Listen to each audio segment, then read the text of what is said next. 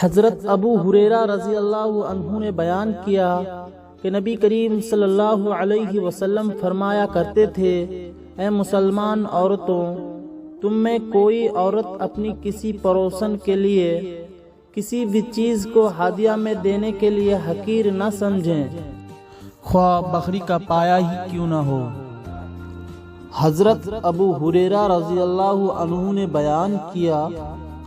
کہ رسول اللہ صلی اللہ علیہ وسلم نے فرمایا، جو کوئی اللہ اور آخرت کے دین پر ایمان رکھتا ہو وہ اپنے پڑوسی کو تکلیف نہ پہنچائے،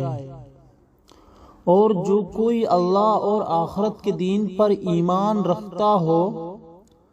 وہ اپنے مہمان کی عزت کرے، اور جو کوئی اللہ اور آخرت کے دین پر ایمان رکھتا ہو وہ اچھی بات زبان سے نکالے ورنہ خاموش رہے۔